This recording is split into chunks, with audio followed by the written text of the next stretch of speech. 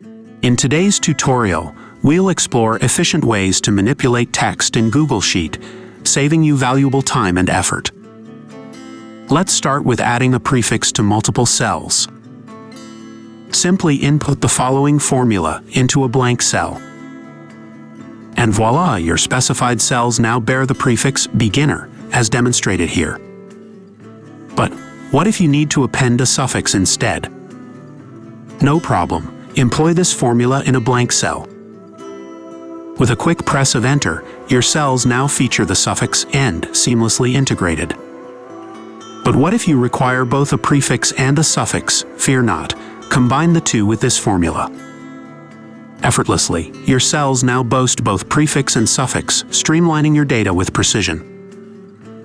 And there you have it. With these simple formulas, you can manipulate text in Google Sheet with ease, saving time and enhancing productivity.